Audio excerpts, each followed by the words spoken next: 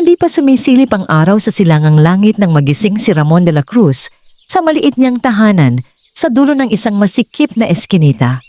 Ang bubong na yari sa lumangyero ay kumakalansing sa bawat ihip ng hangin, habang ang manipis na dingding na pinagtagpi-tagping plywood ay tila hindi sapat upang pigilan ang lamig ng madaling araw. Tahimik niyang sinilip ang dalawang anak na mahimbing na natutulog sa iisang banig. Magkatabi ang magkapatid, magkayakap na tila doon lamang nila nalilimutan ng hirap ng kanilang buhay. Sa kabilang sulok naman ay ang kanyang asawa na si Liza, payapang nakapikit matapos magdamag na magtahi ng mga damit na ipinapagawa ng kapitbahay. Napangiti si Ramon, ngunit mabilis ding napawi ang nangiti nang maalala niyang halos wala ng laman ang kanilang lalagyan ng bigas. Hindi ito ang unang pagkakataon na kinailangan nilang magtipid. Sa katunayan, matagal na silang namumuhay nang halos sapat lamang ang kinikita upang maitawid ang bawat araw. Gayunpaman, hindi kailanman pumasok sa isip ni Ramon ang sumuko. Maingat niyang sinuot ang kupas na uniforme ng pagiging basurero. Maraming beses na itong natahi at napagtagpi, ngunit lagi niya itong nilalabhan at isinusuot ng maayos. Para sa kanya, ang marangal na trabaho ay hindi kailanman nakakahiya. Lumapit si Liza at marahang hinawakan ng kanyang kamay. "Maaga ka na naman, Ramon." Tumango siya. "Kailangan. Mas marami ang ruta ngayon." Iniabot ng asawa ang isang lumang lalagyan ng pagkain. "Pasensya ka na. Isang pirasong tuyo lang ang naihanda ko." Ngumiti si Ramon. "Huwag kang humingi ng tawad. Ang mahalaga, sabay pa rin tayong lumalaban." Nakita niyang namuo ang luha sa mga mata ni Liza, ngunit pinili nitong ngumiti. "Mag-iingat ka." Tulad ng dati, paglabas niya ng bahay ay bumungad ang makipot na daan na unti-unti nang nabubuhay. May mga tindahang naghahanda, mga batang nag-iigib ng tubig, at mga manggagawang katulad niyang nagsisimula pa lamang sa panibagong araw. Sumakay siya sa lumang truck ng basura na halos 2 dekada nang ginagamit ng kanilang lungsod. Kasama niya ang matagal na niyang katrabaho na si Ben. "Ramon, mukhang mahaba na naman ang araw natin." Tumawa si Ramon. "Kahit gaano kahaba, matatapos din." Napailing si Ben. "Ikaw talaga. Hindi ko alam kung saan mo kinukuha ang ganyang pag-asa." Sumagot si Ramon habang inaayos ang guwantes. "Kapag may pamilya kang umaasa sa'yo, wala kang ibang pagpipilian kundi maging matatag." Unti-unting umandar ang truck. Habang dumaraan sila sa iba't ibang barangay, walang reklamo si Ramon sa pagbubuhat ng mabibigat na basurahan. Kahit umaalingasawang amoy at minsan ay may mga taong nakasimangot sa tuwing dumarating sila, nananatili siyang magalang. "Magandang umaga po." Iyon ang lagi niyang bati. May ilan na tumutugon. May ilan ding hindi man lamang tumitingin sa kanya. Sanay na siya. Alam niyang sa mata ng iba ay isa lamang siyang basurero. Ngunit para kay Ramon, ang bawat trabahong marangal ay may dignidad.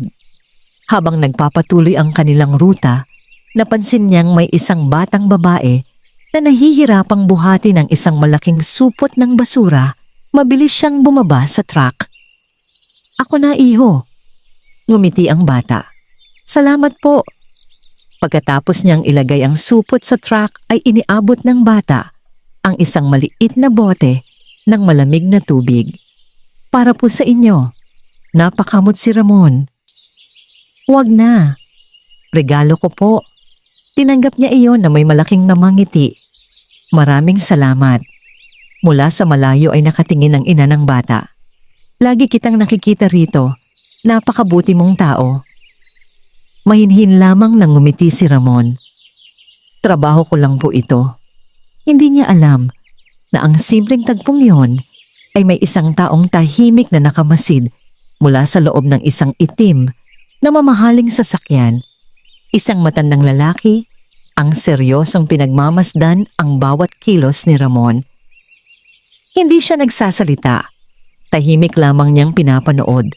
kung paano magalang na nakikitungo ang basurero sa bawat taong nakakasalamuhan nito. Napakabihira ng ganitong tao. Mahinang bulong ng matanda sa kanyang sarili. Makalipas ang ilang minuto ay umalis din ang sasakyan.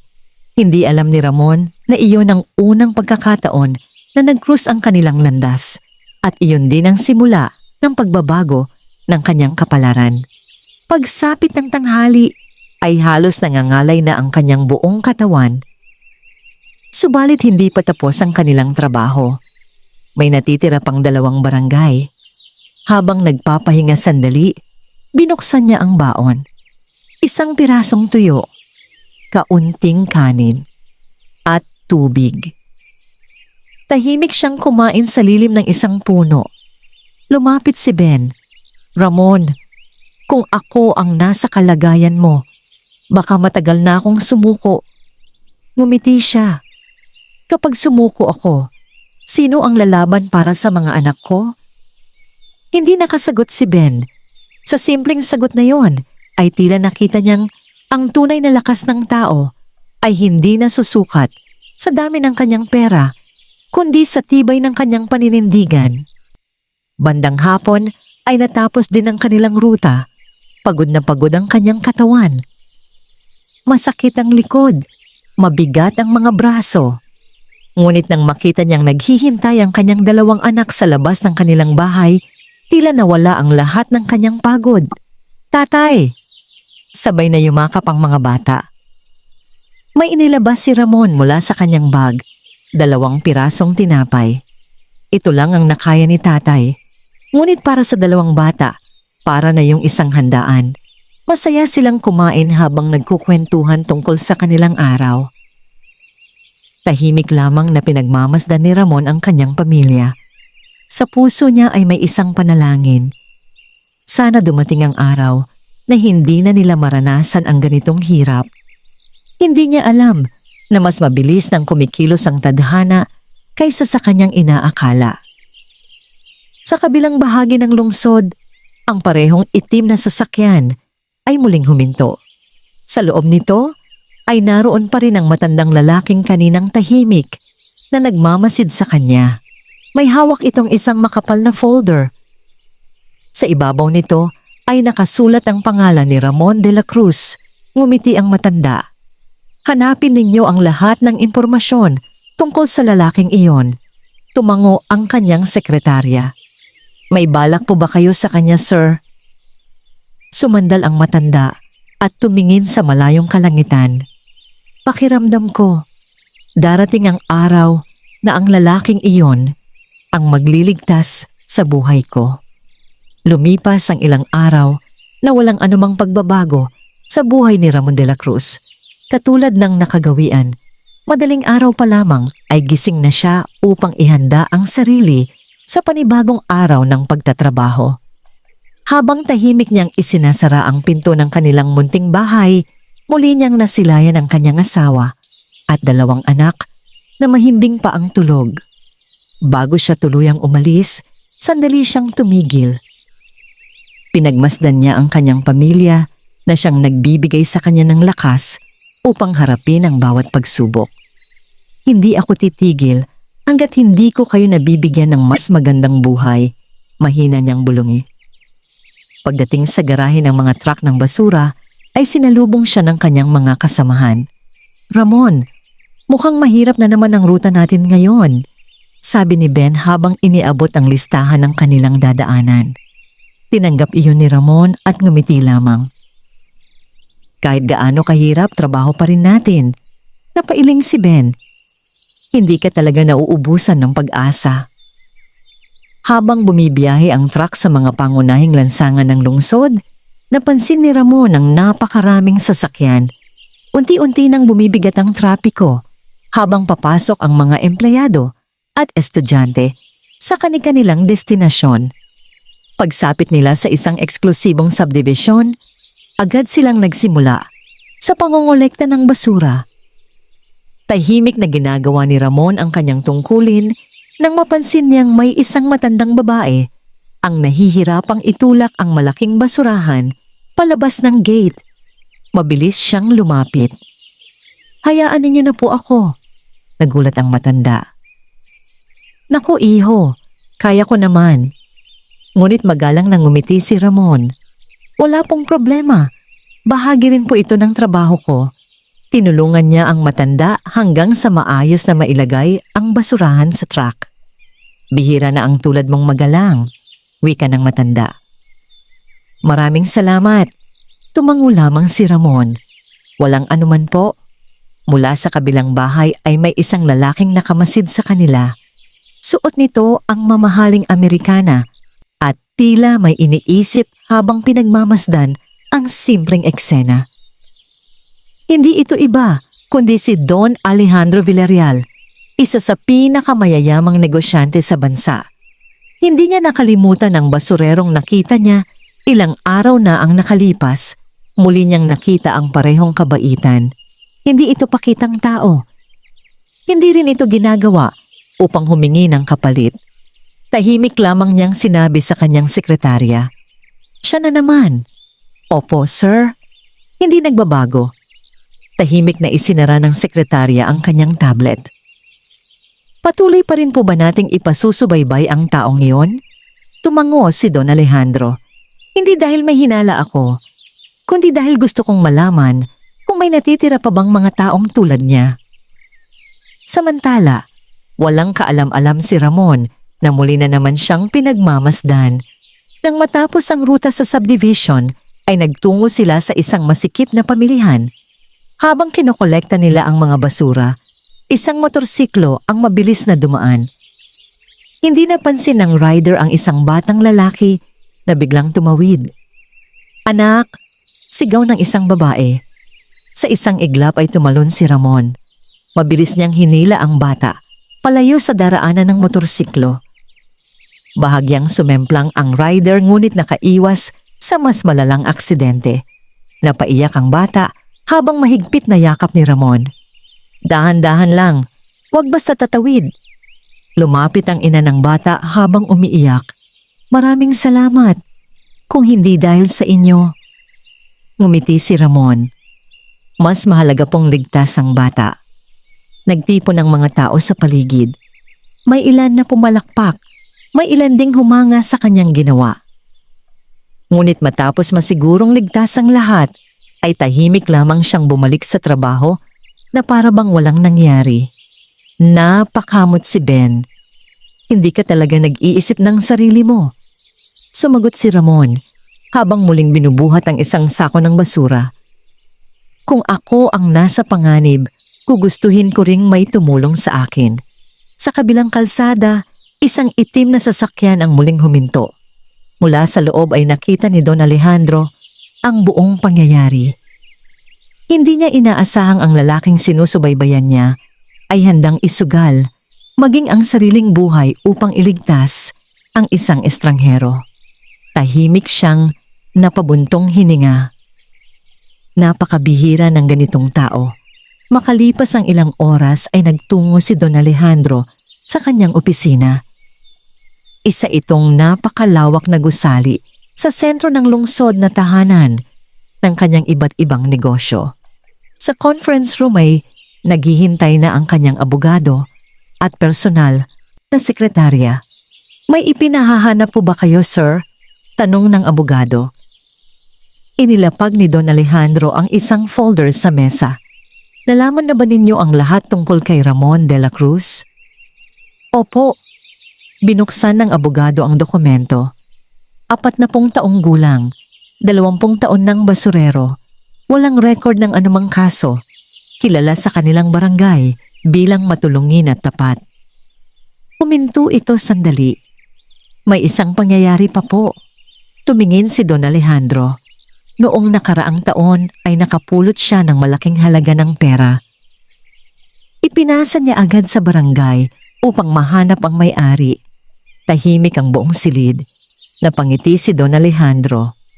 "Alam ko. Mababasa yan sa record." Ngunit ang higit na mahalaga sa kanya ay ang katotohanang walang nakakakita noon kay Ramon nang isauli niya ang perang iyon. Maari niya sana itong itinago, ngunit hindi niya ginawa. Ipinikit ni Don Alejandro ang kanyang mga mata. May mga taong mahirap dahil sa kakulangan ng pagkakataon. Hindi dahil kulang sila sa dangal. Tahimik na tumango ang abogado. Ano po ang susunod nating hakbang? Hindi agad sumagot ang matandang negosyante. Tumingin muna siya sa malawak na bintana ng kanyang opisina. Sa ibaba ay abalang-abala ang mga tao. May mayayaman, may mahihirap, ngunit iisa lamang ang napansin niyang tunay na mayaman sa pagkatao. Si Ramon. Hindi niya alam kung bakit, ngunit tila may nagsasabi sa kanyang malapit nang mag-cruise ang kanilang mga landas sa paraang hindi nila inaasahan. At kapag nangyari iyon, isang desisyong gagawin ni Ramon ang tuluyang magbabago sa buhay nilang dalawa.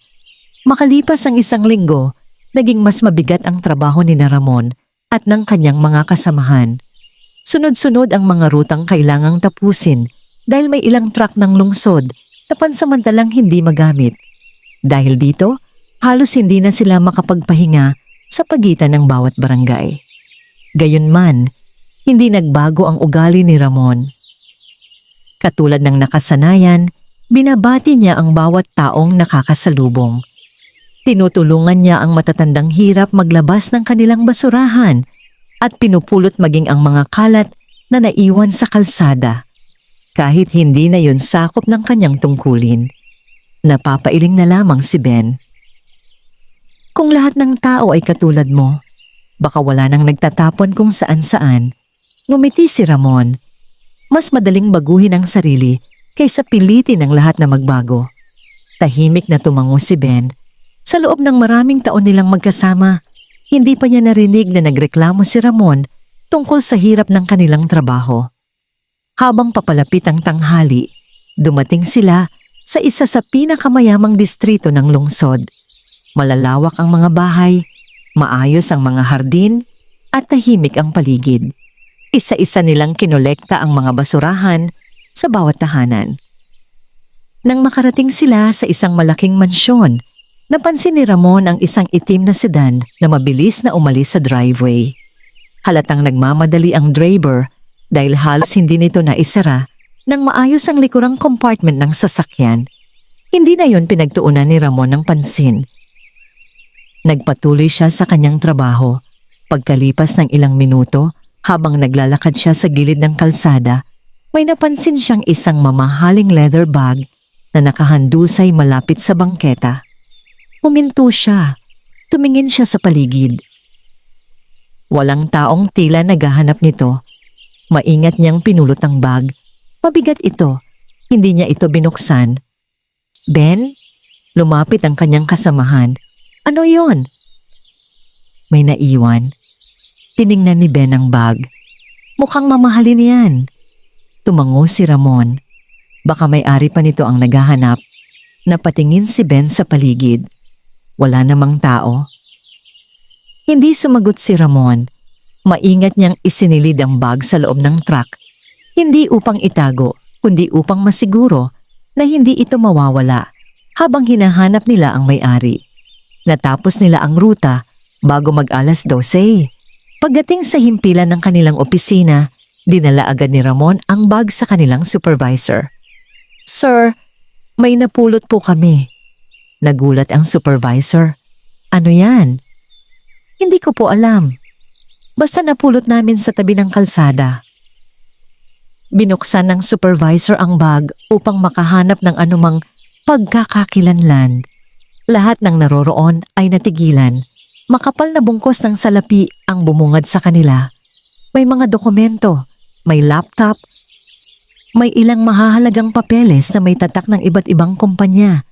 Napasinghap ang isa sa mga empleyado. Napakaraming pera. Tahimik ang buong opisina.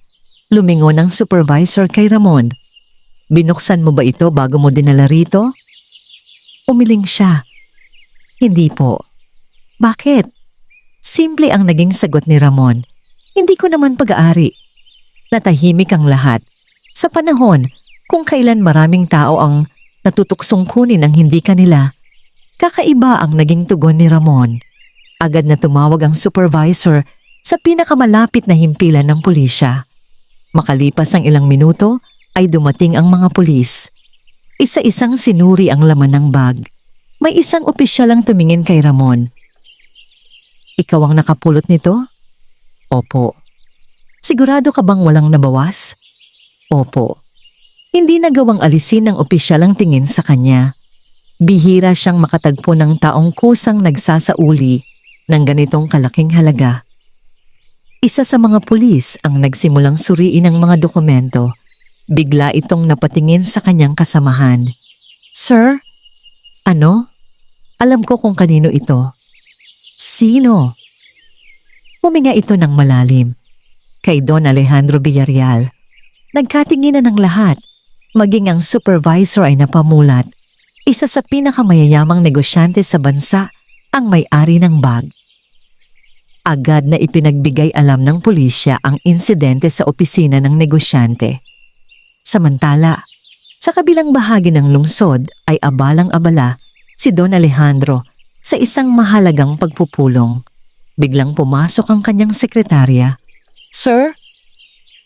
Tumingin siya. May problema ba? Nakita na po ang nawawala ninyong bag. Napahinto siya. Saan? Ipinasa po ng isang basurero sa pulisya. Tahimik na napangiti si Don Alejandro. Hindi niya alam kung bakit, ngunit tila may kutob na siya kung sino ang taong iyon. Mangalanan mo. Ramon de la Cruz. Isinara ni Don Alejandro ang kanyang mga mata. Hindi siya nagkamali. Ang lalaking ilang araw na niyang pinagmamasdan ang siyang nakapulot ng kanyang bag. At muli, pinili nitong gawin ang tama. Walang nabawas? Wala po, sir. Tahimik siyang tumayo. Ihanda ang sasakyan. Pupuntahan ko siya. Sa himpilan naman ng lungsod, hindi alam ni Ramon kung gaano kalaki ang naging epekto ng kanyang ginawa. Para sa kanya, isa lamang iyong simpleng tungkulin ng isang tapat na mamamayan. Habang naghuhugas siya ng kamay matapos ang maghapong trabaho, lumapit si Ben. Alam mo ba kung gaano kalaking pera ang nasa bag? Umiling si Ramon. Hindi. At ayoko ring malaman. Napailing si Ben habang natatawa. Ikaw talaga. Bihira na ang taong katulad mo. Ngumiti lamang si Ramon. Kapag hindi ko pinaghirapan, hindi ko rin dapat angkinin. Hindi niya alam na sa mismong sandaling iyon ay papalapit na ang isang convoy ng mga mamahaling sasakyan sa kanilang opisina. Sa loob ng pangunahing sasakyan ay tahimik na nakaupo si Don Alejandro Villarreal. Sa unang pagkakataon, magtatagpo na sila ng lalaking ilang araw na niyang hinahangaan dahil sa kanyang katapatan. At ang pagkikitang iyon ang magiging simula ng isang pangyayaring hindi inaasahan ng sinuman. Tahimik ang himpilan ng mga truck ng basura nang magsimulang pumasok ang isang convoy ng mamahaling sasakyan. Isa-isang huminto ang mga ito sa harap ng gusali, dahilan upang mapatingin ang lahat ng empleyado. Nagbulungan ang mga manggagawa. Wala naman yatang opisyal na darating ngayon. Baka may inspeksyon o baka may malaking problema. Lumabas ang ilang lalaking nakaitim na Amerikana. Maayos ang kanilang kilos at halatang mga profesional sa seguridad. Binuksan nila ang pinto ng pangunahing sasakyan. Mula roon ay bumaba si Don Alejandro Villarreal. Tahimik na napatigil ang lahat. Kilala siya ng halos bawat isa. Isa siya sa pinakamayayamang negosyante sa bansa. May-ari ng malalaking kumpanya at libo-libong empleyado. Madalang siyang makita ng personal, kaya't walang makapaniwalang naroon siya sa isang simpleng himpilan ng mga basurero. Lumapit ang supervisor ng opisina. Magandang hapon po, Don Alejandro. Magalang na tumango ang matanda. Narito ako upang makausap ang empleyadong nagbalik ng aking bag. Agad na ipinatawag si Ramon. Kasalukuyan pa siyang naghuhugas ng kamay sa likod ng garahe nang sabihinihin ng isang kasamahan na may naghahanap sa kanya. Nandito raw ang isang malaking negosyante. Napangiti si Ramon. Baka mali ang tao. Hindi. Ikaw talaga ang hinahanap. Nagpunas siya ng kamay gamit ang maliit na tuwalya at mahinahong naglakad papunta sa opisina. Pagpasok niya, nakita niya ang matandang lalaking ilang beses na niyang napapansing nakasakay sa isang itim na sasakyan sa mga rutang dinadaanan nila. Hindi niya alam kung sino ito noon. Ngayon lamang niya nakilala ang mukha nito. Lumapit si Ramon at magalang na yumuko ng kaunti. "Magandang hapon po," ngumiti si Don Alejandro. "Ikaw ba si Ramon de la Cruz?" "Opo." "Ikaw ang nakapulot ng aking bag." Tumango si Ramon. "Opo." "At ikaw rin ang nagsauli nito?" "Opo." Tahimik na pinagmasdan ni Don Alejandro ang lalaki sa kanyang harapan. Walang bakas ng pagmamataas. Wala ring pag-asang makahingi ng kapalit. Isa lamang siyang ordinaryong manggagawa na tahimik na tumutupad sa kanyang tungkulin. "Alam mo ba kung gaano kahalaga ang laman ng bag na yon?" Umiling si Ramon. "Hindi ko na po inalam." "Bakit?" Simple ang kanyang naging sagot. "Dahil hindi ko naman po iyon pag-aari." Natahimik ang buong silid. Maging ang mga empleyadong naroroon ay napatingin kay Ramon. Hindi ito sagot ng isang taong naghahangad ng papuri. Ito ang sagot ng isang taong tunay na tapat.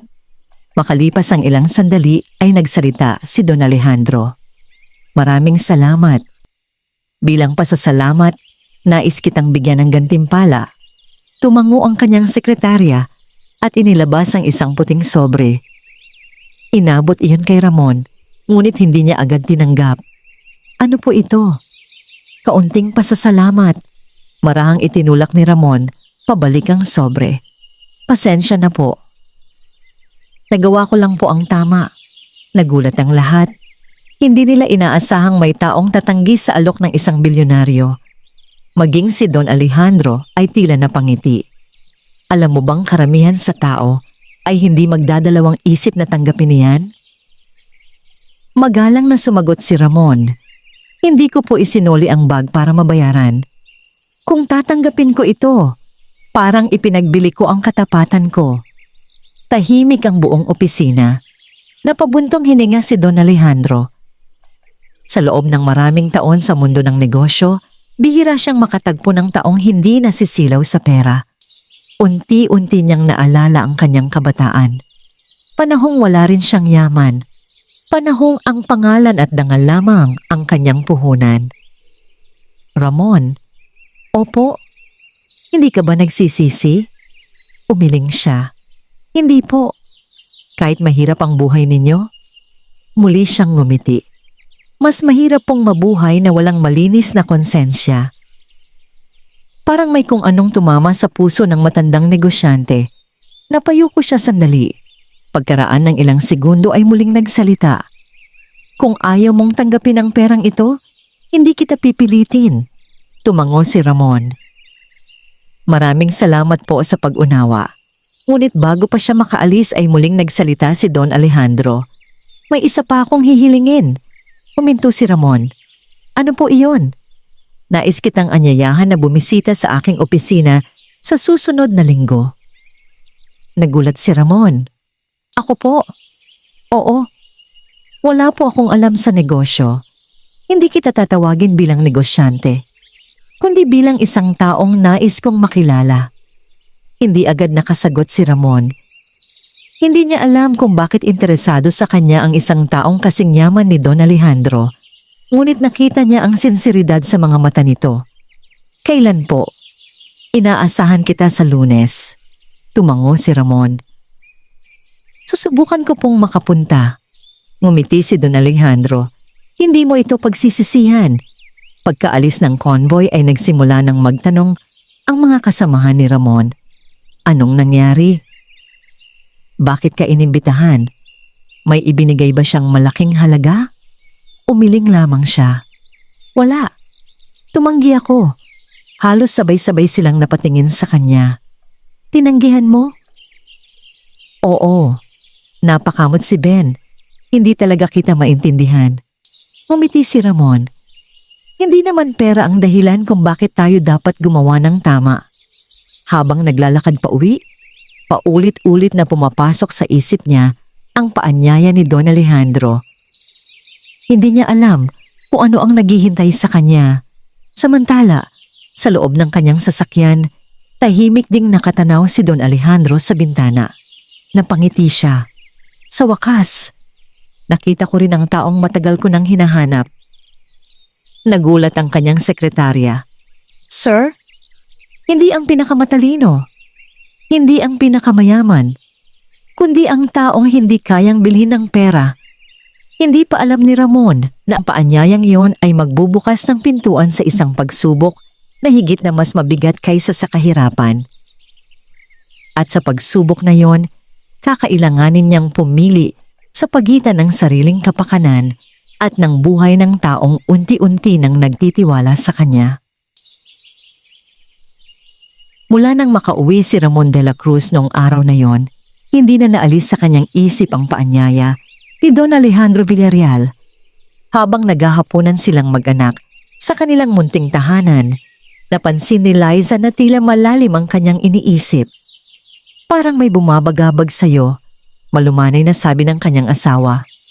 Ngumiti si Ramon at ibinaba ang kanyang kutsara. May nangyari sa trabaho kanina. Napatingin sa kanya sina Liza at ang kanilang dalawang anak. Dumating si Don Alejandro Villarreal.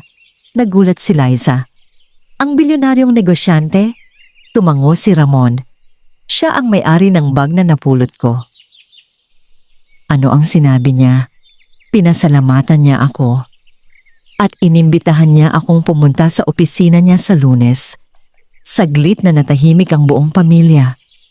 Hindi sila sanay na magkaroon ng ugnayan sa mga taong may ganoong katayuan sa buhay. Hindi ba delikado? Tanong ni Liza. Umiling si Ramon. Hindi ko rin alam. Pero mukhang mabuti naman ang hangarin niya. Mahinang ngumiti ang kanyang asawa. Kung sa tingin mo ay tama, susuportahan kita. Hinawakan ni Ramon ang kamay nito. Salamat. Kinabukasan ay muli na namang nagsimula ang kanilang trabaho. Katulad ng dati, walang ipinagbago ang kanyang sipag at kababaang loob. Napansin niyo ng kanilang supervisor. Ramon. Opo, sir. Akala ko hindi ka na babalik. Natawa si Ramon. Bakit naman po? Baka kunin ka na ni Don Alejandro. Napangiti lamang siya. Hindi ko pa nga alam kung bakit niya ako gustong makilala. Lumipas ang mga araw na walang kakaibang nangyari. Pagsapit ng Lunes, maaga pa lamang ay naghanda na si Ramon.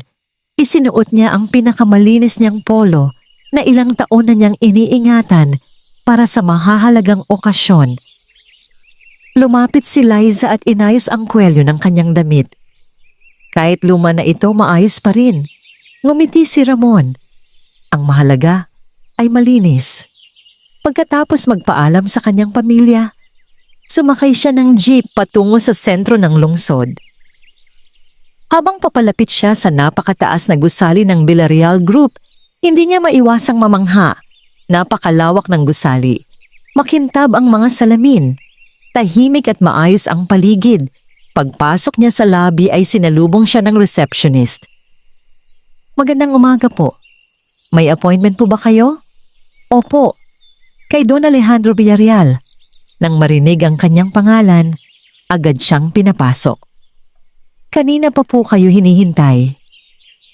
Iginabay siya ng isang empleyado hanggang sa pribadong opisina ng negosyante. Marahang bumukas ang malaking pintuan. Nakatayo si Don Alejandro sa harap ng malawak na bintana habang nakatanaw sa lungsod. Paglingon nito ay agad siyang ngumiti. Ramon, maraming salamat at dumating ka. Magalang na yumuko si Ramon. Salamat din po sa pag-imbita. Itinuro ni Don Alejandro ang isang upuan. Maupo ka. Bahagyang nag-alangan si Ramon. Hindi siya sanay umupo sa ganoong karangyang opisina. Ngunit nang makita ang magiliw na ngiti ng matanda, ay dahan-dahan siyang naupo. Ipinaghanda siya ng mainit na kape at tinapay. Hindi niya napigilang mahiya.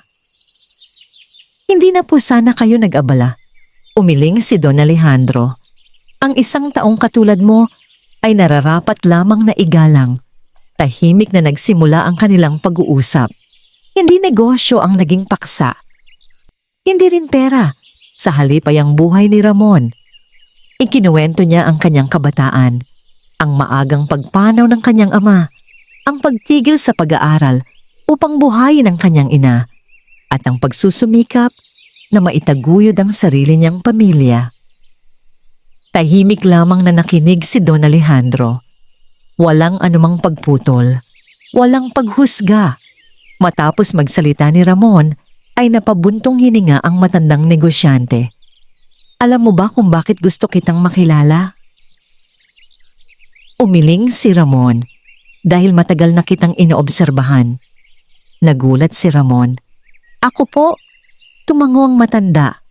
Nakita kitang tumulong sa matandang babae.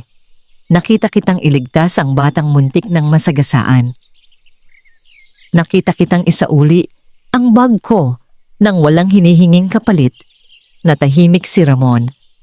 Sa dami ng taong nakilala ko sa buong buhay ko, iilan lamang ang may ganyang klaseng pagkatao. Mahinang ngumiti si Ramon. Hindi ko naman po ginagawa yon para mapansin. Iyon mismo ang dahilan kung bakit napansin kita. Tahimik ang silid. Makalipas ang ilang sandali, ay inilabas ni Don Alejandro ang isang maliit na kahon. Inilapag niya ito sa mesa. Ano po iyan? Tanong ni Ramon. Buksan mo. Dahan-dahan niya itong binuksan. Sa loob ay isang mamahaling relo. Agad niya itong isinara. Pasensya na po. Hindi ko po matatanggap ito. Ngumiti si Don Alejandro. Inaasahan ko na ang isasagot mo. Nagkatinginan silang dalawa. Kaya hindi relo ang tunay kong ibibigay sa'yo. Napakunot ang noo ni Ramon. Kundi isang pagkakataon. Tumayo ang matanda at naglakad patungo sa bintana. Naghahanap ako ng taong mapagkakatiwalaan, hindi lang sa negosyo, kundi sa buhay. Lalong nagtaka si Ramon. Hindi ko po alam kung paano ko kayo matutulungan. Lumingon si Don Alejandro. Darating ang araw na kakailanganin ko ang isang taong hindi kayang bilhin ng pera. At naniniwala akong ikaw ang taong iyon. Hindi alam ni Ramon kung paano sasagutin ang narinig. Hindi pa niya nauunawaan ang lalim ng mga salitang iyon. Ngunit sa kanyang puso ay naramdaman niyang may malaking pagbabagong paparating. Paglabas niya ng gusali, muli siyang sumakay ng jeep pauwi. Habang pinagmamasdan niya ang mga taong abala sa kanilang buhay, naisip niyang pare-pareho lamang silang naghahanap ng kinabukasang mas maayos. Hindi niya alam na sa mismong oras ding iyon ay may isang grupo ng mga taong lihim na nagmamatsyag kay Don Alejandro. Mula sa loob ng isang nakaparadang sasakyan, tahimik na nakatingin ang isang lalaki sa gusali ng Villarreal Group. May hawak siyang litrato ni Don Alejandro. Kasama ng litrato ang isang papel na naglalaman ng schedule ng mga kilos nito. Mahina siyang nagsalita. Hindi na siya magtatagal. At sa sandaling iyon, nagsimula ng umikot ang tadhana patungo sa pangyayaring magbubuklod sa kapalaran ng isang basurero at isang bilyonaryo sa paraang hindi nila kailanman naisip. Lumipas ang ilang araw matapos ang pagbisita ni Ramon de la Cruz sa opisina ni Don Alejandro Villarreal. Bagamat naging kakaiba ang kanilang pagkikita, pinili pa rin ni Ramon na ipagpatuloy ang kanyang simpleng pamumuhay. Maaga pa rin siyang gumigising. Masigasig pa rin siyang nagtatrabaho at walang nagbago sa paraan ng kanyang pakikitungo sa kapwa. Ngunit sa kabilang panig ng lungsod, hindi naging mapayapa ang mga sumunod na araw para kay Don Alejandro. Sunod-sunod ang mga lihim na ulat na natatanggap niya mula sa kanyang mga tauhan. May mga taong sumusubaybay sa bawat galaw niya. May ilang negosyong bigla na lamang nakatatanggap ng mga pagbabanta. May mga kasosyong unti-unting umaatras sa mahalagang proyekto. Tahimik niyang binasa ang mga ulat bago niya marahang isinara ang folder. Lumapit ang kanyang personal na sekretarya. "Sir, gusto po ba ninyong dagdagan ang inyong seguridad?" Sandaling nag-isip si Don Alejandro. Hindi. Kung may nais gumawa ng masama, hindi sila mapipigilan ng mas maraming gwardiya. Ngunit kailangan pa rin po nating mag-ingat. Ngumiti ang matanda. "Alam ko." Samantala, sa bahay ni Ramon ay naghahanda ang pamilya para sa kaarawan ng bunso niyang anak na si Marco. Walang engrandeng handaan. Isang maliit na cake lamang ang kanilang pinag-ipunan. May kaunting pansit at ilang pirasong tinapay. Ngunit para sa bata, sapat na yon upang maging masaya. "Salamat po, tatay," masayang sabi ni Marco habang yakap ang kanyang ama. Hinaplos ni Ramon ang buhok ng anak. "Pangako ko, balang araw mas marami pa tayong maipagdiriwang." Napangiti si Liza habang pinagmamasdan ang mag-ama. Hindi man sila mayaman, ramdam niya ang pagmamahalan sa kanilang tahanan. Kinabukasan ay bumalik na naman si Ramon sa trabaho. Mainit ang sikat ng araw. Mabigat ang mga basurahang kanilang binubuhat, ngunit walang reklamo sa kanyang mga labi. Bandang tanghali ay natanggap si Don Alejandro ng isang tawag. "Sir, kailangan po ninyong dumalo sa isang mahalagang pagpupulong." Tumango siya. Ihanda ang sasakyan. Ilang minuto ang lumipas ay bumiyahe ang kanyang itim na sedan patungo sa isa sa kanyang mga opisina. Hindi niya alam na may isa pang sasakyang tahimik na sumusunod sa kanya. Sa kabilang ruta naman, kasalukuyang nangongolekta ng basura si Ramon sa isang abalang lansangan. Habang papalapit sila sa isang malaking interseksyon, napansin niyang huminto ang trapiko. May mga taong tila nagkakagulo sa unahan. Ano kaya ang nangyari? Tanong ni Ben. Sumilip si Ramon. May isang itim na sedan na nakahinto sa gitna ng kalsada. Bahagyang nabangga ito ng isang delivery van. Sa unang tingin ay tila ordinaryong aksidente lamang. Ngunit may napansin si Ramon. Tatlong lalaking nakasuot ng sombrero ang mabilis na bumaba mula sa isang kulay abong sasakyan. Hindi sila lumapit upang tumulong. Diretso silang nagtungo sa sedan ni Don Alejandro. May kakaiba sa kanilang kilos. Naramdaman ni Ramon na may masamang mangyayari. Ben, ano? May mali. Hindi na siya naghintay pa. Mabilis siyang tumakbo patungo sa pinangyarihan. Paglapit niya ay nakita niyang pilit binubuksan ng isa sa mga lalaki ang pinto ng sasakyan ni Don Alejandro. Ang dalawang kasama nito ay nakabantay sa paligid.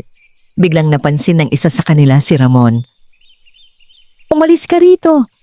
Ngunit hindi natinag si Ramon. Lakas loob niyang hinila ang lalaking pinakamalapit sa kanya. Nagulat ito at nawalan ng balanse. Nagkaroon ng pagkakataon si Don Alejandro na maitulak ang pinto mula sa loob. Lumabas siya habang hawak ang kanyang dibdib. Mabilis siyang inalalayan ni Ramon. "Sir, ayos lang po ba kayo?" Tumango si Don Alejandro ngunit halatang nahihirapan siyang huminga. Nang makita ng tatlong lalaki na nagkakagulo na ang mga tao sa paligid, mabilis silang sumakay muli sa kanilang sasakyan at tumakas. Ilang sandali lamang ay dumating ang mga pulis at ambulansya. Dinala si Don Alejandro sa pinakamalapit na ospital. Hindi umalis si Ramon hanggat hindi niya natitiyak na ligtas ang matanda. Habang nakaupo siya sa waiting area ng ospital, lumapit ang personal na sekretarya ni Don Alejandro. "Ramon," tumayo siya. "Kumusta po siya?" "Stable na ang kalagayan niya." Napabuntong hininga si Ramon. "Salamat sa Diyos," napatingin sa kanya ang sekretarya. "Kung hindi dahil sa mabilis mong pagdating, maaring iba ang nangyari." Umiling si Ramon. Kahit sino naman po ang naroon ay gagawin din iyon. Ngunit alam ng sekretarya na hindi iyon totoo. Maraming tao ang nakasaksi sa pangyayari. Halos lahat ay natakot at nanatili sa malayo. Si Ramon lamang ang kusang tumakbo upang tumulong. Makalipas ang ilang oras ay nagkamalay si Don Alejandro. Ang una niyang sinabi ay isang pangalan. Nasaan si Ramon? Agad siyang pinapasok sa silid. Pagkakita sa kanya ay ngumiti ang matandang negosyante. Akala ko, hindi na tayo magkikita. Mahinang ngumiti si Ramon. Huwag po ninyong sabihin yan. Magpapagaling pa po kayo. Hinawakan ni Don Alejandro ang kanyang kamay. Muli mo na namang iniligtas ang buhay ko. Napailing si Ramon. Nagawa ko lang po ang dapat gawin. Ngunit sa pagkakataong ito, alam na ni Don Alejandro ang katotohanan. Hindi aksidente ang nangyari. May mga taong sadyang nais siyang saktan. At kung hindi dumating si Ramon sa tamang oras, maaaring natapos na ang lahat. Tahimik siyang tumingin sa kisame ng silid. Sa kanyang puso ay gumawa siya ng isang mahalagang pasya. Hindi na lamang niya hahangaan ang katapatan ni Ramon. Pananagutan na rin niyang baguhin ang buhay ng taong 2 beses nang nagligtas sa kanya. Hindi niya alam na ang desisyong yon ay magbubukas ng mas malalim na lihim. Isang lihim na maglalagay kay Ramon at sa kanyang pamilya sa gitna ng isang mapanganib na laban na susubok sa kanilang katatagan at pananampalataya. 2 araw ang lumipas mula nang mailigtas ni Ramon de la Cruz si Don Alejandro Villarreal. Kumalat sa mga balita ang insidente, ngunit hindi nabanggit ang pangalan ng basurerong tumulong sa negosyante. Pinili ni Don Alejandro na manatiling pribado ang nangyari habang nagpapatuloy ang investigasyon ng mga awtoridad. Samantala, bumalik na si Ramon sa kanyang pang-araw-araw na trabaho. Para sa kanya, wala siyang nagawang pambihira. May isang taong nangailangan ng tulong at ginawa lamang niya ang sa tingin niya ay tama. Habang abala siya sa pangongolekta ng basura sa isang tahimik na subdivision, lumapit si Ben. Narinig mo ba ang balita? Aling balita? Marami raw gustong makaalam kung sino ang lalaking tumulong kay Don Alejandro. Mahinang ngumiti si Ramon. Hindi na mahalaga iyon. Napailing si Ben. Ikaw talaga. Kung iba ang nasa kalagayan mo, baka araw-araw nang nasa telebisyon. Tahimik lamang na ipinagpatuloy ni Ramon ang kanyang trabaho. Hindi niya kailanman hinangad ang kasikatan. Para sa kanya, ang pinakamahalagang gantimpala ay ang makauwi ng ligtas sa kanyang pamilya araw-araw. Nang matapos ang kanilang ruta, isang itim na sasakyan ang naghihintay sa labas ng kanilang himpilan. Lumabas ang personal na sekretarya ni Don Alejandro. Lumabas po ba si Ramon de la Cruz? Lumapit si Ramon. Ako po yun. Kung maaari po sana, nais kayong makita ni Don Alejandro. Nagkatinginan ng mga kasamahan niya. Ngumiti si Ramon. Sige po. Makalipas ang ilang minuto ay nasa ospital na siya. Bagamat nakaupo pa sa kama, mas maayos na ang kalagayan ni Don Alejandro. Pagpasok ni Ramon sa silid ay agad siyang sinalubong ng ngiti ng matandang negosyante. Salamat sa pagpunta. Kumusta na po kayo? Mas mabuti na. Nakauwi na sana ako kung hindi ako pinipigilan ng mga doktor. Bahagyang natawa si Ramon. Mas mabuti pong magpahinga muna kayo. Tumango si Don Alejandro. May nais akong sabihin sa'yo. Tahimik na naupo si Ramon. Ilang sandaling walang nagsalita. Pagkatapos ay marahang nagsimulang magsalita ang matanda. Noong una kitang nakita, hinangaan ko ang katapatan mo. Nang makilala kita, nakita ko ang kabutihan ng puso mo. Ngunit noong iniligtas mo ang buhay ko, napatunayan kong hindi ako nagkamali sa pagkilala sa'yo. Napayo ko si Ramon. Huwag po ninyo akong purihin. Nagawa ko lang ang nararapat. Ngumiti si Don Alejandro. Iyan ang dahilan kung bakit lalo kitang nirerespeto. Huminga siya ng malalim bago ipinagpatuloy ang kanyang sasabihin. Ramon, gusto kong magbigay sa iyo ng pagkakataon. Napatingin si Ramon. Anong pagkakataon po? Nais kong kunin ka bilang personal na tagapayo sa aking charitable foundation. Nagulat si Ramon. Ako po? Ngunit wala po akong karanasan. Hindi kita kukunin dahil sa diploma. Kukunin kita dahil sa iyong pagkatao. Tahimik ang silid. Hindi makapaniwala si Ramon sa kanyang narinig. Ito ay isang marangal na trabaho. Mas mataas ang magiging kita mo. May sapat na oras ka para sa iyong pamilya. At ang pinakamahalaga, makakatulong ka sa maraming mahihirap. Hindi agad nakasagot si Ramon.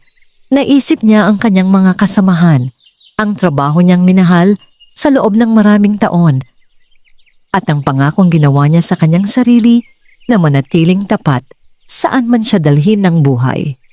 Sir? Hindi ko po alam kung karapat-dapat ako. Mahinang ngumiti si Don Alejandro.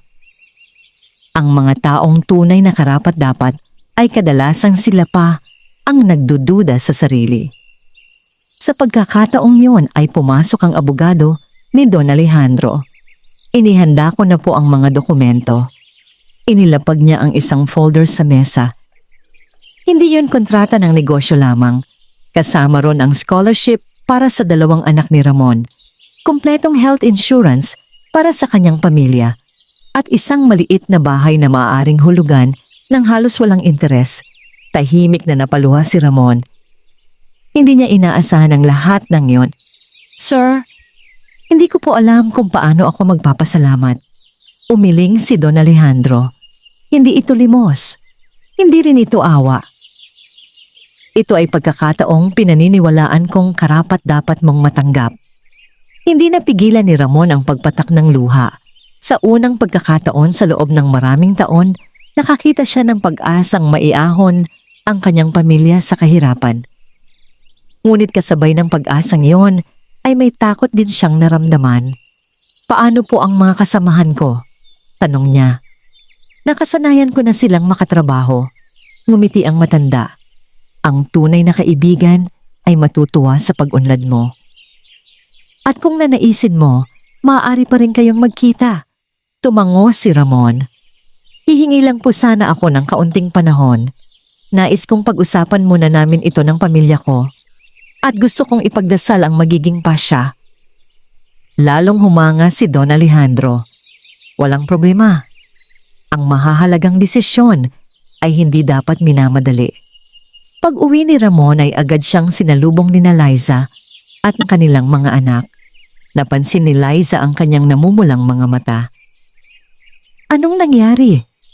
Tahimik niyang inilapag ang folder sa mesa. Isa-isang binasa ni Liza ang mga dokumento. Unti-unting napuno ng luha ang kanyang mga mata. Totoo ba ito? Tumango si Ramon. Oo. Niyakap siya ng kanyang asawa. Pinakinggan din ng Diyos ang mga panalangin natin. Ngunit sa gitna ng kanilang saya, may isang lalaking nakatayo sa labas ng kanilang eskinita. Nakasuot siya ng itim na sombrero at tahimik na pinagmamasdan ng bahay ni Ramon. May hawak siyang cellphone. Patapos kumuha ng ilang larawan, tumawag siya sa isang hindi kilalang tao. Mukhang tama ang hinala natin. Malapit na sa matanda ang basurero. Huminto siya sandali bago nagsalita muli. Kung gusto nating mapabagsak si Don Alejandro, kailangan muna nating gamitin ang taong pinagkakatiwalaan niya. Pagkatapos ng tawag ay tahimik siyang naglakad palayo sa madilim na eskinita. Walang kamalay-malay si Ramon na habang nagsisimula pa lamang matupad ang kanyang mga pangarap, unti-unti namang lumalapit sa kanyang pamilya ang isang panganib na susubok hindi lamang sa kanyang katapatan, kundi maging sa kanyang katapangan at pagmamahal sa mga taong pinakamahalaga sa kanyang buhay. Kinabukasan, maagang nagising si Ramon de la Cruz. Hindi tulad ng mga nagdaang araw, mabigat ang kanyang pakiramdam. Nasa ibabaw pa rin ng kanilang lumang mesa ang folder na ibinigay ni Don Alejandro Villarreal. Paminsan-minsan ay napapatingin siya rito, hindi dahil sa halaga ng mga benepisyong nakasaad sa loob, kundi dahil alam niyang ang pagtanggap sa alok ay hudyat ng panibagong yugto ng kanyang buhay. Lumapit si Liza habang naghahanda ng almusal. Nag-isip ka ba buong magdamag? Mahinang tumango si Ramon. Hindi madaling iwan ang trabahong naging bahagi na ng buhay ko. Umupo si Liza sa kanyang tabi. Walang masama sa pagtanggap ng mas magandang pagkakataon. Ang mahalaga, hindi magbabago ang pagkatao mo. Napangiti si Ramon. Iyan din ang ipinagdarasal ko. Pagkatapos ng almusal ay nagtungo siya sa himpilan ng kanilang trabaho. Nais muna niyang ipaalam sa kanyang mga kasamahan ang alok bago siya gumawa ng pinal na desisyon. Pagdating niya roon ay agad siyang sinalubong ni Ben.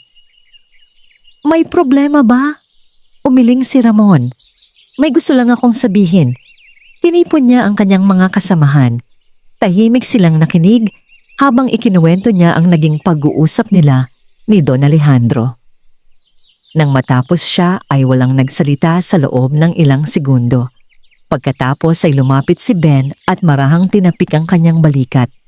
Masaya ako para sa'yo. Nagulat si Ramon. Hindi ka ba magtatampo? Natawa si Ben. Bakit naman? Magkaibigan tayo. Hindi kita gustong manatiling mahirap para lang may kasama ako. Napangiti si Ramon. Isa-isa ring lumapit ang iba nilang kasamahan upang batiin siya. Karapat dapat ka riyan. Huwag mong sayangin ang pagkakataon. Ipagmalaki mo kaming mga basurero. Naramdaman ni Ramon ang paninikip ng kanyang dibdib. Hindi dahil sa lungkot, kundi dahil sa pagmamahal ng mga taong matagal niyang nakasama. Samantala, sa opisina ni Don Alejandro ay nagpupulong ang kanyang abogado at mga pinuno ng seguridad. May bago na ba tayong impormasyon? Tanong ng negosyante. Tumayo ang pinuno ng seguridad. May grupo pong nagmamanman sa inyo nitong mga nakaraang linggo. Hanggang ngayon ay hindi pa rin natin matukoy kung sino ang nag-uutos sa kanila. Tumango si Don Alejandro. At si Ramon? Saglit na nag-atubili ang opisyal bago sumagot. May isang hindi kilalang lalaki ring nakitang nagmamasid sa kanilang bahay kagabi. Nagbago ang ekspresyon ni Don Alejandro. Sigurado ba kayo? Opo. Tahimik siyang napabuntong hininga. Mas mabilis pala silang kumilos kaysa sa inaasahan ko. Lumapit ang abogado. Sir, kung ganoon ay baka kailangan nating ipaalam agad kay Ramon ang panganib. Tumango ang matanda. Oo. Ayaw kong madamay ang taong tumulong sa akin. Habang papauwi si Ramon ng hapong yon, napansin niyang tila may motorsiklong ilang ulit nang sumusunod sa kanya. Sa una ay inisip niyang nagkataon lamang. Ngunit sa bawat liko niya ay naroon pa rin ito. Hindi siya nagpahalata. Sa halip ay dumaan siya sa mas mataong bahagi ng palengke. Pagkaraan ng ilang minuto ay nawala rin ang motorsiklo. Pagdating niya sa bahay ay hindi na niya iyon binanggit kay Liza upang hindi ito mag-alala. Ngunit bago matulog ay muli niyang naalala ang pangyayari. May kakaiba. Hindi niya lamang matukoy kung ano. Kinabukasan ay nagtungo siyang muli sa ospital upang ibigay ang kanyang sagot kay Don Alejandro. Pagpasok niya sa silid ay agad siyang ngumiti. Magandang umaga po. Ngumiti rin ang matandang negosyante. Magandang umaga, Ramon. Nakapagdesisyon ka na ba? Huminga ng malalim si Ramon. Opo. Tinatanggap ko po ang inyong alok. Masayang tumango si Don Alejandro. Hindi mo pagsisisihan ang pasyang yan, ngunit agad ding naging seryoso ang kanyang mukha. May isa pa akong kailangang sabihin. Napansin ni Ramon ang biglang pagbabago ng tono nito. Ano po yon? Maaring malagay ka sa panganib. Napakunot ang noo ni Ramon. Hindi ko po naiintindihan. Ikinuwento ni Don Alejandro ang tungkol sa mga taong sumusubaybay sa kanya at sa tangkang pananakit na nangyari ilang araw ang nakalipas. Tahimik na nakinig si Ramon. Pagkatapos ay nagtanong siya, bakit ninyo sinasabi ito sa akin? Dahil simula lang nang mailigtas mo ako, maaaring isipin ng mga taong yon na mahalaga ka sa akin. Tama naman po. Ngumiti si Don Alejandro. Kaya gusto kong maging handa ka. Tahimik na tumango si Ramon. Hindi po ako natatakot para sa sarili ko. Ang inaalala ko ay ang pamilya ko. Iyan din ang dahilan kung bakit sinabi ko ito sa'yo. Sandaling natahimik ang silid. Pagkatapos ay nagsalita si Don Alejandro. May inihanda akong pansamantalang tirahan para sa inyong pamilya kung nanaisin ninyo. Ngunit agad na umiling si Ramon. Maraming salamat po. Pero hanggat maaari, gusto kong manatili muna kami sa sarili naming bahay. Nakita ni Don Alejandro ang katatagan sa kanyang mga mata. Hindi kita pipilitin. Ngunit tandaan mo, hindi ka nag-iisa. Habang nag-uusap silang dalawa, may isang lalaking nakatayo sa kabilang gusali. May hawak siyang kamera na may malayo ang lente. Tahimik niyang kinunan ng larawan ang pagpasok at paglabas ni Ramon sa ospital. Matapos iyon, ay ipinadala niya ang mga larawan sa kanyang amo.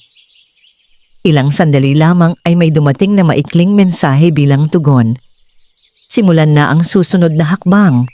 Hindi pa alam ni na Ramon at Don Alejandro na ang kanilang mga kilos ay sinusubaybayan na ng mga taong handang gawin ang lahat upang makamit ang kanilang layunin. At sa mga susunod na araw, haharap si Ramon sa pinakamahirap na pagsubok ng kanyang buhay, isang pagsubok na magpapakita kung hanggang saan niya kayang ipaglaban ang katotohanan, kahit ang kapalit nito ay ang sarili niyang kaligtasan. 3 araw matapos tanggapin ni Ramon de la Cruz ang alok ni Don Alejandro Villarreal, nagsimula na siyang maghanda para sa bago niyang tungkulin sa charitable foundation ng negosyante. Gayunman, hindi pa niya tuluyang iniiwan ang kanyang trabaho bilang basurero. Nais muna niyang tapusin ng maayos ang kanyang mga responsibilidad at makapagpaalam ng maayos sa mga kasamahan niyang itinuring na pamilya. Sa bawat araw na lumilipas, lalo niyang nararamdaman na unti-unting nagbabago ang kanyang buhay. Ngunit kasabay ng pagdating ng pag-asa ay ang paglapit ng isang panganib na hindi niya nakikita. Sa opisina ni Don Alejandro, patuloy ang ginagawang investigasyon ng mga awtoridad. Ipinatawag niya ang kanyang pinuno ng seguridad. May bago ba kayong natuklasan? Tumango ang opisyal. Sir, nakumpirma naming may grupong matagal nang sumusubaybay sa inyo. Sa tingin namin, hindi lamang kayo ang target. Napakunot ang noo ni Don Alejandro. Sino pa? Si Ramon de la Cruz. Natahimik ang matanda. May ebidensya ba kayo? Inilagay namin sa pagsusuri ang mga kuha ng CCTV sa paligid ng bahay nila. Iisang sasakyan ang paulit-ulit na dumaraan sa kanilang lugar. At kahapon, may 2 lalaking nagtatanong tungkol sa kanyang pamilya. Mahigpit na napahawak si Don Alejandro sa gilid ng mesa. Hindi na ito simpleng pananakot. Kailangan nating balaan siya. Agad niyang tinawagan si Ramon, ngunit hindi ito sumasagot. Samantala, katatapos lamang ni Ramon sa kanyang trabaho. Habang naglalakad pa uwi dala ang ilang tinapay para sa kanyang mga anak, napansin niyang kakaunti ang tao sa isang eskinitang madalas niyang daanan. Hindi siya naghinala. Sanay na siya sa lugar na yon. Pagliko niya sa makitid na daan, isang puting van ang biglang huminto sa kanyang harapan. Bumukas ang pintuan nito. 3 lalaking nakasuot ng itim ang mabilis na bumaba. Anong kailangan ninyo? May nahong tanong ni Ramon. Hindi sila sumagot. Sa halip ay mabilis silang lumapit. Naramdaman ni Ramon ang masamang balak ng mga ito. Agad siyang umatras. Ngunit isa sa mga lalaki ang humarang sa kanyang likuran. Sinubukan niyang makaalis. Nagkaroon ng maikling pagtutulakan. Hindi siya lumaban upang makapanakit. Ginawa lamang niya ang lahat upang makatakas. Ngunit mas marami ang kanyang kalaban. Maya-maya pa'y tinakpan ng isa sa kanila ang kanyang bibig at ilong ng tela. Unti-unting nanlabo ang kanyang paningin. Ang huling bagay na nakita niya ay ang supot ng tinapay na nahulog sa kalsada. Nang magising si Ramon, nasa loob na siya ng isang madilim na silid. Nakatali ang kanyang mga kamay. May isang ilaw lamang na nakatutok sa kanyang harapan. Ilang sandali pa'y bumukas ang pinto. Pumasok ang isang lalaking nakasuot ng mamahaling Amerikana. Hindi makita ng malinaw ang kanyang mukha dahil sa liwanag na nasa likuran niya. Tahimik itong lumapit. Ikaw pala ang basurerong pinagkakatiwalaan ni Don Alejandro. Hindi sumagot si Ramon. Ano ang gusto ninyo? Mahinang natawa ang lalaki. Diretsahan kang magsalita. Gusto ko yan.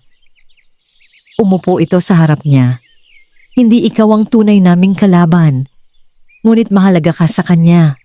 Tahimik pa rin nakatingin si Ramon. Kaya sasabihin mo sa akin ang lahat ng nalalaman mo.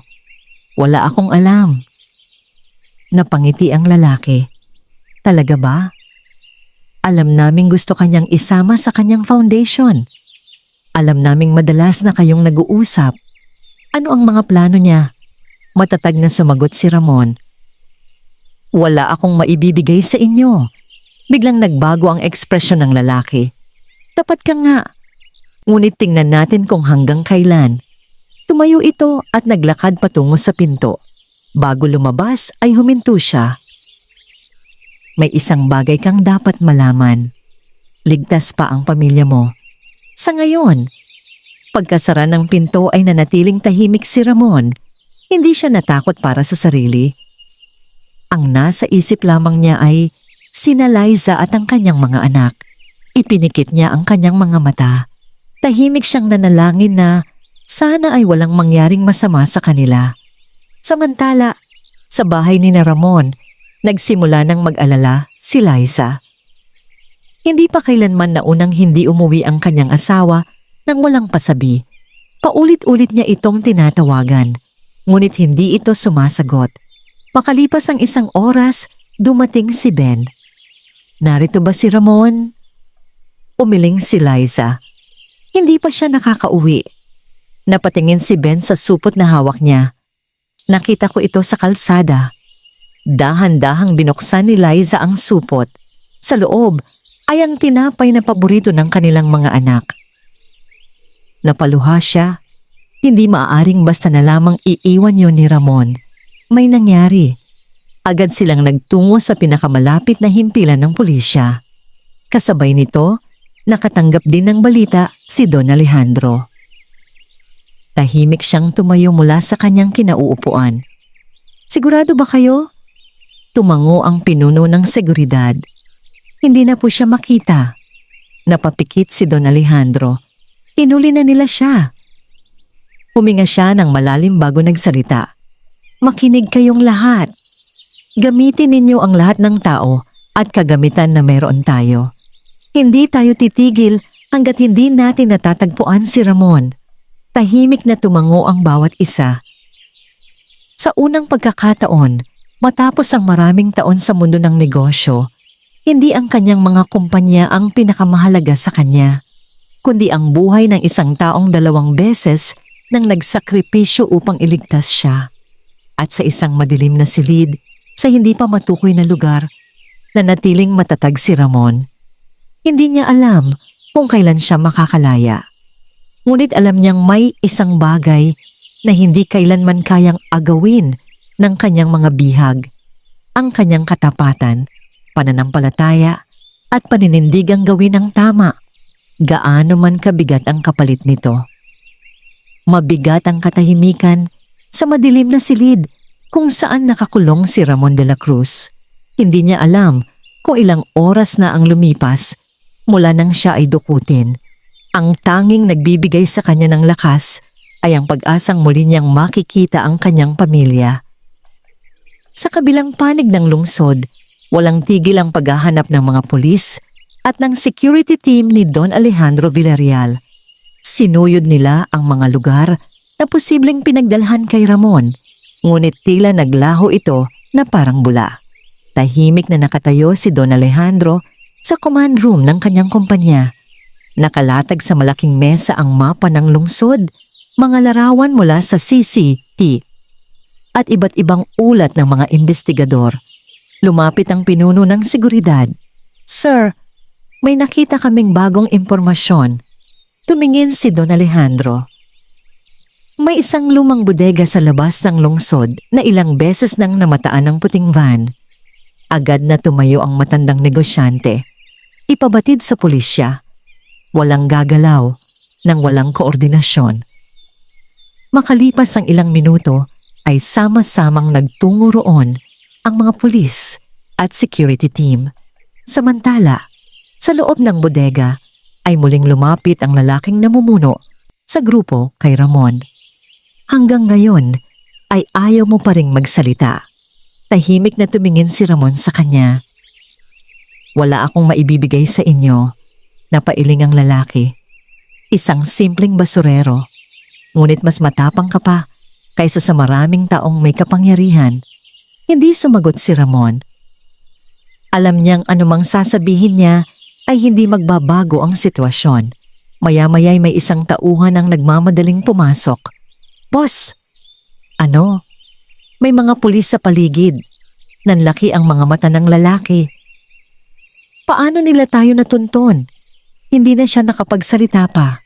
Mula sa labas ay narinig ang malalakas na utos ng mga awtoridad. Napapaligiran na ang gusali. Sumuko na kayo. Nagkagulo ang mga tauhan.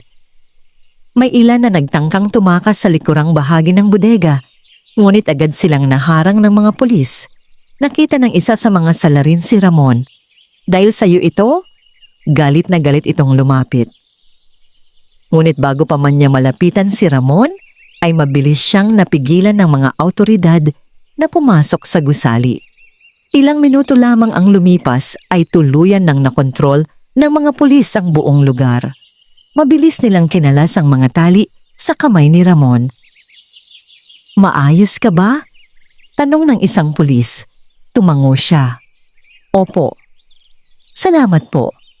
Paglabas niya ng bodega ay nakita niya si Don Alejandro. Agad itong lumapit. Ramon. Hindi napigilan ng matandang negosyante ang pagyakap sa kanya. Pasensya ka na. Kung hindi dahil sa akin, hindi sana ito nangyari. Umiling si Ramon. Huwag po ninyo sisihin ang sarili ninyo. Ang may kasalanan ay ang mga taong piniling gumawa ng masama. Napayuko si Don Alejandro. Hindi niya inaasahang sa gitna ng lahat ng pinagdaanan ni Ramon ay wala itong kahit katiting na galit sa kanya. Makalipas ang ilang oras ay ligtas na nakauwi si Ramon sa kanilang tahanan. Pagkakita pa lamang sa kanya ni Liza ay agad itong tumakbo at mahigpit siyang niyakap. Umiiyak din ang kanilang dalawang anak habang paulit-ulit na sinasabing ayaw na nilang mawalay sa kanilang ama. Mahigpit silang nagyakapan bilang isang pamilya. Sa mga sandaling iyon, naunawaan ni Ramon na wala nang hihigit pa sa pagmamahal ng mga taong naghihintay sa kanyang makauwi. Pagkaraan ng ilang linggo ay ganap nang gumaling si Don Alejandro. Tinupad niya ang kanyang pangako kay Ramon. Opisyal niya itong hinirang bilang direktor ng kanyang charitable foundation na tumutulong sa mahihirap na pamilya, mga manggagawa at mga batang nais makapag-aral. Ngunit bago tanggapin ang posisyon, may isang hiling si Ramon. Sir, ano yon? Nais ko pong magkaroon ng programa para sa mga basurero at iba pang manggagawang madalas hindi napapansin. Ngumiti si Don Alejandro. Bakit iyon ang una mong naisip? Tahimik na sumagot si Ramon. Dahil hindi ko nakakalimutan kung saan ako nagsimula. Marami pa rin katulad kong nagsisikap araw-araw para sa kanilang pamilya. Nais kong maramdaman nilang may taong naniniwala sa kanila. Napuno ng paghanga ang mga mata ni Don Alejandro. Iyan ang dahilan kung bakit ikaw ang pinili ko. Makalipas ang ilang buwan, ay inilunsad ang iba't ibang proyekto ng foundation. Nagkaroon ng scholarship para sa mga anak ng mga manggagawa. Nagbigay ng libreng pagpapagamot sa mga mahihirap. Nagpatayo ng mga maliit na kabuhayan para sa mga pamilyang nangangailangan. At isa sa pinakaunang programa nito ay ang pagbibigay ng mas ligtas na kagamitan at mas magandang benepisyo para sa mga basurero sa lungsod. Unti-unting nagbago ang buhay ng maraming tao, hindi dahil sa pera lamang, kundi dahil may isang taong piniling gamitin ang kanyang pagkakataon upang maglingkod sa iba. Isang hapon, muling bumalik si Ramon sa dati niyang himpilan. Hindi na siya nakasuot ng uniforme ng basurero, ngunit dala pa rin niya ang parehong kababaang loob. Masaya siyang sinalubong ng dati niyang mga kasamahan. Lumapit si Ben at niyakap siya. "Hindi ka nga nagbago." Ngumiti si Ramon. "Paano ako magbabago? Dito nagsimula ang lahat." Nagkwentuhan sila ng matagal. Bago siya umalis ay tumingin siya sa lumang truck ng basura na minsang naging saksi sa kanyang mga pangarap at paghihirap. Tahimik siyang nagpasalamat. Kung hindi dahil sa marangal niyang trabaho, hindi sana nagtagpo ang kanilang landas ni Don Alejandro. Hindi sana niya natutunang ang tunay na dangal ay hindi nasusukat sa uri ng trabaho, kundi sa paraan ng pagganap nito. Mula sa malayo ay pinagmamasdan siya ni Don Alejandro. Lumapit ito at tumabi sa kanya. "Ramon." "Opo, sir. Alam mo ba kung bakit naniniwala akong ikaw ang tunay na mayaman?" Napangiti si Ramon. "Hindi po. Dahil ang taong may malinis na puso, matibay na paninindigan at handang tumulong sa kapwa ay may kayamanang hindi kailanman kayang nakawin ng sinuman." Tahimik na tumango si Ramon. Sa kanyang paglalakbay, napatunayan niyang ang kabutihan ay maaaring hindi agad gantimpalaan. Maaaring dumaan muna ito sa hirap, pagsubok, panganib. Ngunit kapag nanatiling tapat ang isang tao sa kanyang mga prinsipyo, darating ang tamang panahon na ang bawat mabuting ginawa ay magbubunga ng biyayang higit pa sa kanyang inaasahan. Hindi man siya nagsimulang mayaman, nagtapos siyang may pinakamahalagang kayamanan sa mundo. Isang pamilyang buo, isang malinis na pangalan, mga taong nagmamahal at nagtitiwala sa kanya, at isang buhay na naging inspirasyon sa napakaraming tao. Ang tunay na yaman ay hindi nasusukat sa dami ng pera o ari-arian. Ang katapatan, kabutihan, at malasakit sa kapwa ang mga kayamanang hindi kailanman kumukupas. Kapag pinili ng tao ang paggawa ng tama kahit walang nakakakita, darating ang panahon na ang kabutihang yon ay babalik nang higit pa sa kanyang inaasahan. Wakas.